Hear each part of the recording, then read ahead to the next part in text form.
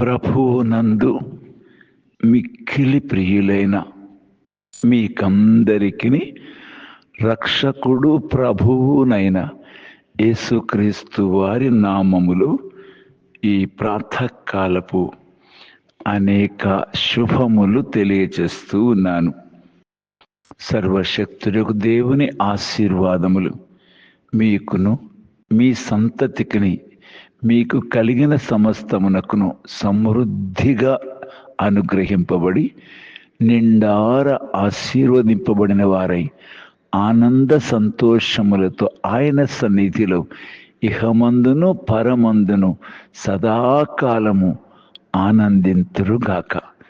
నా ప్రియులారా, ఈ ఉదయకాల సమయంలో పరిశుద్ధుడగు మత్తయి అను యేసుక్రీస్తు వారి శిష్యుడైన ఈ మత్తయి యేసుక్రీస్తు వారి నోట పలికిన మాటలను విని ఈలాగున మనకు వ్రాసి ఇచ్చారు. ప్రభువుతో నడచిన ఈయన ఒకప్పుడు ఈయన ఒక వ్యాపారి, సుంకపు మెట్టునొద్ద కూర్చుండేవాడు, ఆశీలు వసూలు చేసేటువంటి ఉద్యోగి. ప్రభువైన యేసుక్రీస్తు వారు ఆయనను పిలిచి నన్ను వెంబడించుము అనగానే తన ఉద్యోగమును తనకు ఆస్తిపాస్తులను విడచి ప్రభువును వెంబడించాడు. జ్ఞానియే, ఎంతో జ్ఞానము ఆయనకున్నది. ఆయన యేసుక్రీస్తు వారిని వెంబడించి ఆయనను యూదా గోత్రపు సింహముగా చిత్రీకరించుచు ఈ సువార్తను మనకు అందించారు. ఆయన సింహం, రారాజు. ఆ గ్రహింపుతో ప్రత్యక్షతతో ఈ మత్తయి సువార్తను మనకిచ్చారు. ఈ మత్తయి సువార్తలో 11వ అధ్యాయం 29వ వచనములో ఒక చక్కని మాటను, ఒక పదము చదువుతాను. 29వ వచనములో 11వ అధ్యాయంలో 29వ వచనంలో, మీ ప్రాణములకు విశ్రాంతి దొరుకును. అప్పుడు మీ ప్రాణములకు విశ్రాంతి దొరుకును. ప్రియులారా, విశ్రాంతి దొరుకును. నెమ్మది లేని మన జీవితములకు, సమాధానం లేని మన ప్రాణములకు, శాంతే లేనటువంటి మన ప్రాణానికి ఆయన విశ్రాంతిని ఇచ్చేటువంటి వాగ్దానమును ప్రభువు చేశారు. అప్పుడు అనే మాటను ఇక్కడ ఉపయోగించారు. ఏమిటి ఎప్పుడు అని అడిగితే, ప్రయాసపడి భారం మోసుకొనుచున్న సమస్త జనులారా నా యొద్దకు రండి, నేను మీకు విశ్రాంతి కలుగచేయుదును. ప్రియులారా, మొదటిగా ఆయన మనకు విశ్రాంతి కలుగచేయుదును అంటున్నారు. ఎప్పుడు? ప్రయాసపడి భారం మోసుకొనుచున్న మీరందరూ నా యొద్దకు రండి, నేను మీకు విశ్రాంతి కలిగిస్తాను అంటున్నారు. ప్రియులారా, అనేక ప్రయాసలు ఈ లోకంలో మనం కలిగి ఉంటూ వస్తాం. అనేక ప్రయాసలు,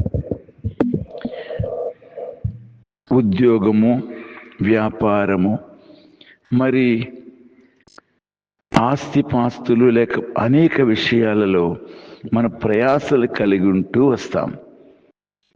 ఇటువంటి ప్రయాసలన్నిటి విషయంలో ప్రభు అంటున్నారు, నా యొద్దకు రండి అంటున్నారు. నా యొద్దకు రండి, నేను మీకు విశ్రాంతి కలిగిస్తాను అంటూ 28వ అధ్యాయంలో ఆయన పిలుస్తూ ఉన్నారు. కనుక ఇది అందరి కొరకు ఆయన ఇచ్చే ఆహ్వానం. General invitation. ప్రకటన 22వ అధ్యాయం 17వ వచనంలో కూడా ఆయన ఈ మాట చెప్పారు. 22వ అధ్యాయము 17వ వచనం ప్రకటనలో, ప్రకటన 22వ అధ్యాయం 17వ వచనంలో,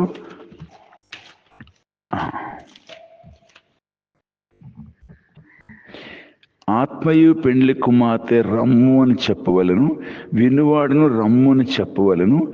దప్పిగొనిన వానిని రానిమ్ము, ఇచ్చయించిన వాని జీవజలం ఉచితముగా పుచ్చుకొననిమ్ము అన్నారు.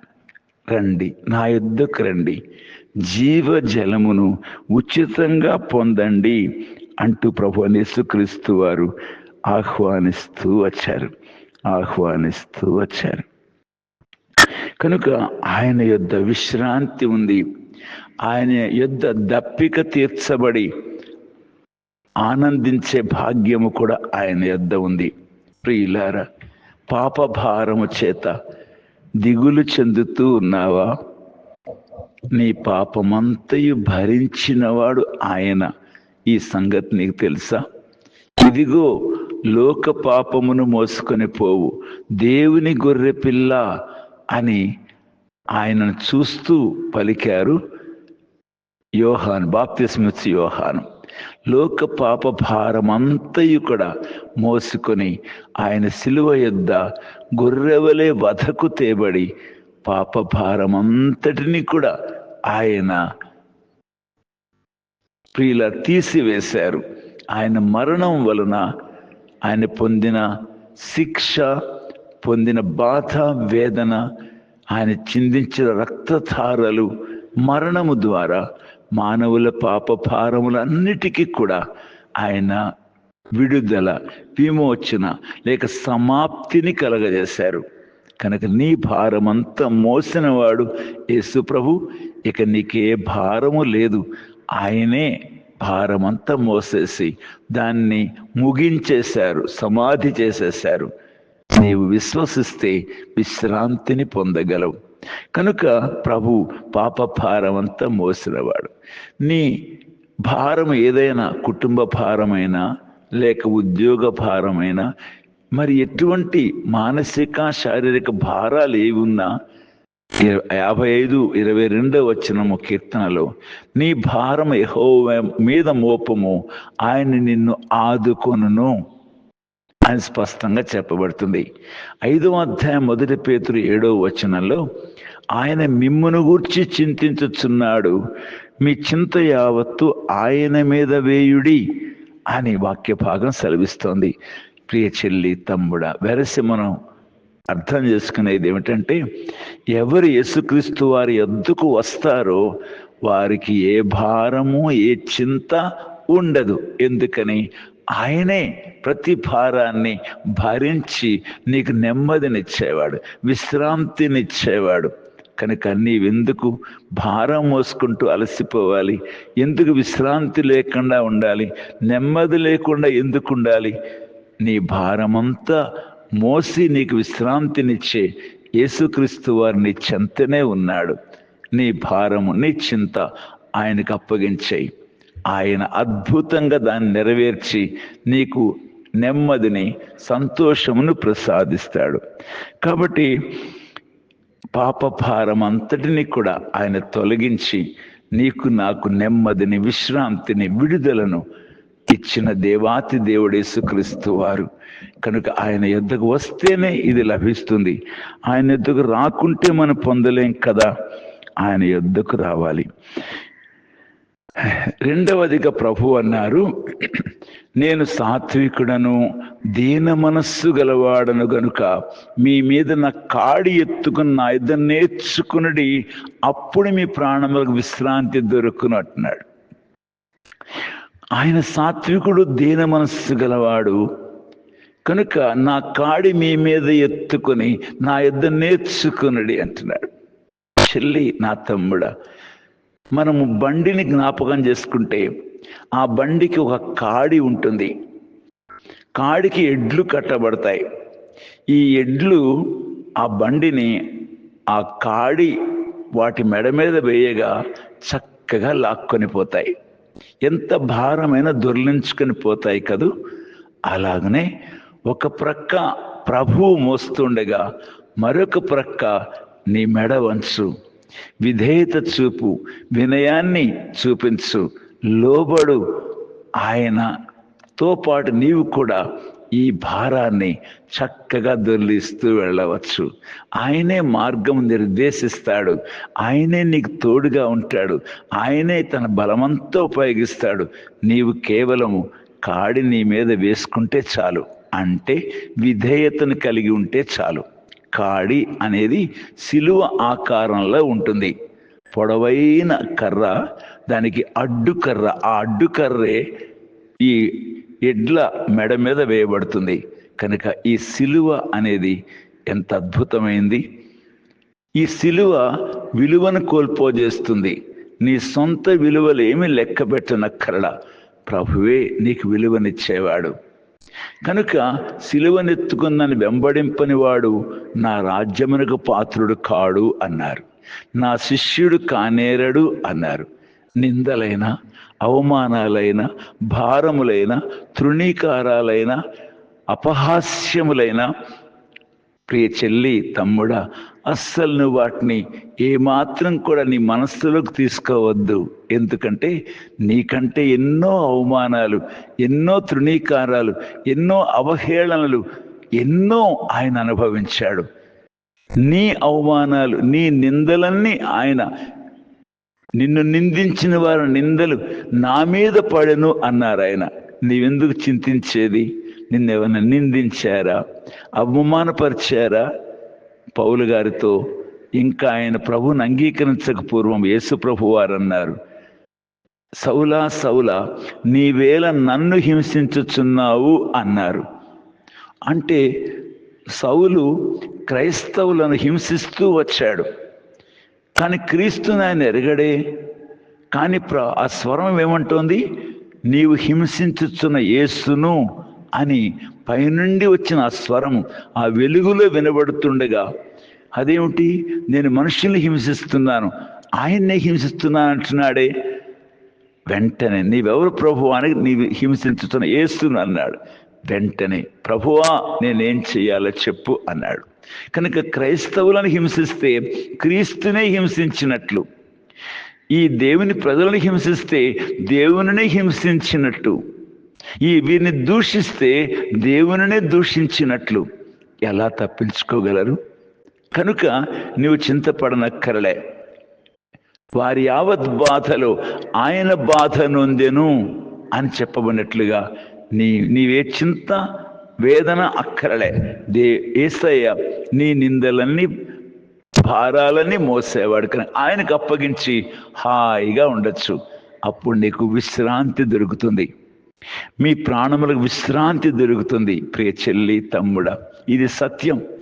ఈ లోకం ఎన్ని అవమానాలు, నిందలు భరించాల్సి వచ్చినా నీ ప్రభువు నీకుండగా నీకు విశ్రాంతిగాక ఇంకేముంది? ప్రభువు 29వ వచనంలో ఆ విశ్రాంతి కొరకు విశ్వాసులను ఏమేం తీసుకోమన్నాడో మనం చూసాం. నా కాడి మీ మీద ఎత్తికొనుడి. లూకా సువార్త 9వ అధ్యాయం 23వ వచనంలో నా సిలువను, అనుదినము నా సిలువను మోయండి అన్నాడు. తన సిలువనెత్తుకొని నన్ను వెంబడింపని వాడు నా శిష్యుడు కానేరడు అని సిలువనెత్తుకోమన్నాడు. అలాగే మత్తయి సువార్త 6వ అధ్యాయం 25వ వచనంలో దేనిని గూర్చియు చింతపడకుడి. మీ జీవితాన్ని గురించి ఏ చింత పడనక్కర్లా. మిమ్మల్ని మీ కొరకు చింతించేవాడు నేనున్నాను, కనుక మీ చింత యావత్తు నా మీద వేయండి అన్నారు. మత్తయి సువార్త 6వ అధ్యాయం 25వ వచనంలో. 31వ వచనంలో మీ వస్త్రముల గురించి చింతించవద్దు అన్నారు. అలాగుననే 1వ అధ్యాయం 1 కొరింథీ 11వ అధ్యాయం 1 కొరింథీ 24వ వచనములో ఇవి నా శరీరము తిని నా రక్తము త్రాగువాడి నిత్యజీవము గలవాడని చెప్పిన ప్రభు, ఇది నా శరీరము, దీన్ని తీసుకొని తినుడి అన్నారు. అలాగే 6వ అధ్యాయం ఎఫెసీ పత్రిక 13వ వచనంలో నా సర్వాంగ కవచమును ధరించుకొనుడి అన్నారు ఆయన. కనుక మనకిచ్చిన ఆజ్ఞలు 7 చక్కని ఆజ్ఞలు. 1, ఆయన కాడిని ఎత్తుకొనుట. రెండవది ఆయన సిలువను మోయుట. మూడవది మన ప్రాణములను గుర్చి ఏమీ విచారపడకుండుట. నాలుగవది మన వస్త్రములను గుర్చి విచారపడకుండుట. ఐదవది ఆయన శరీర రక్తాల్లో భాగం తీసుకొనుట. మరి ఆరవదిగా ఆయన సర్వాంగ కవచాన్ని ధరించమని చెప్పారు. ఏడవది నిన్ను గురించి నీవే చింతపడవద్దు అంటూ ఎన్నో చక్కని విషయాలు, ఇంచుమించు 14 విషయాలు ప్రభు చెప్తారు. కనుక ప్రియ చెల్లి, నీకు విశ్రాంతియే, నీకు నెమ్మదియే, నీకు శాంతియే. మన అనుదిన భారాన్ని భరించేవాడు ఆయన, మన నిందలు వేదనలు భరించేవాడు ఆయన, మన యొక్క శ్రమను తీర్చేవాడు ఆయన, మనకు విశ్రాంతినిచ్చేవాడు, మనకు సమాధానం ఇచ్చేవాడు. కనుక ప్రభుని యేసుక్రీస్తులో విశ్వాసం ఉంచినట్లయితే దేనిని గురించి చింతపడనక్కరలే. ఆహారాన్ని గురించి, వస్త్రాన్ని గురించి అయినా, మన ప్రాణాన్ని గురించి అయినా, లేక ఈ లోకంలో నిందలు, అవమానాలు, తృణీకారాల గురించి అయినా, మన భవిష్యత్తు గురించి అయినా, మన బిడ్డల గురించి అయినా దేనిని గురించి చింతపడనక్కరలే. ప్రభు మనకు విశ్రాంతి ఇస్తూ వచ్చాడు. ప్రియులారా, నేను కూడా ఈ మాట చెప్పగలను. నా 50 ఏండ్ల కంటే ఎక్కువ విశ్వాస జీవితాన్ని పరిశీలించి చూసుకుంటే నేనంటూ ఏ ప్రయాస పడలేదు.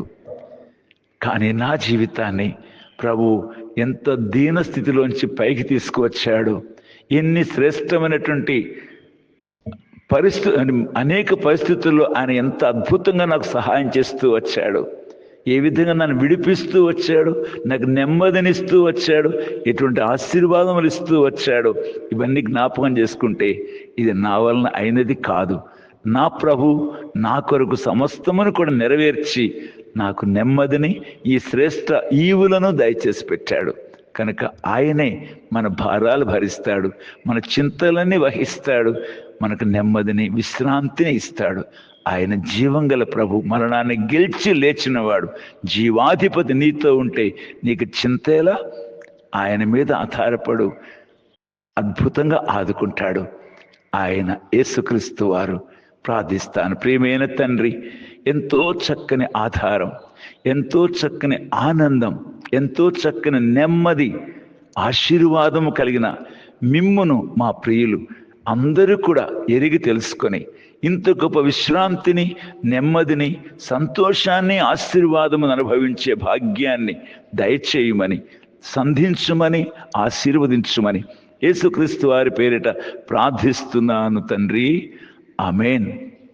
ప్రభు అయిన యేసుక్రీస్తు వారి కృప మీకు తోడై యుండును గాక. ఆమేన్. ఆమేన్.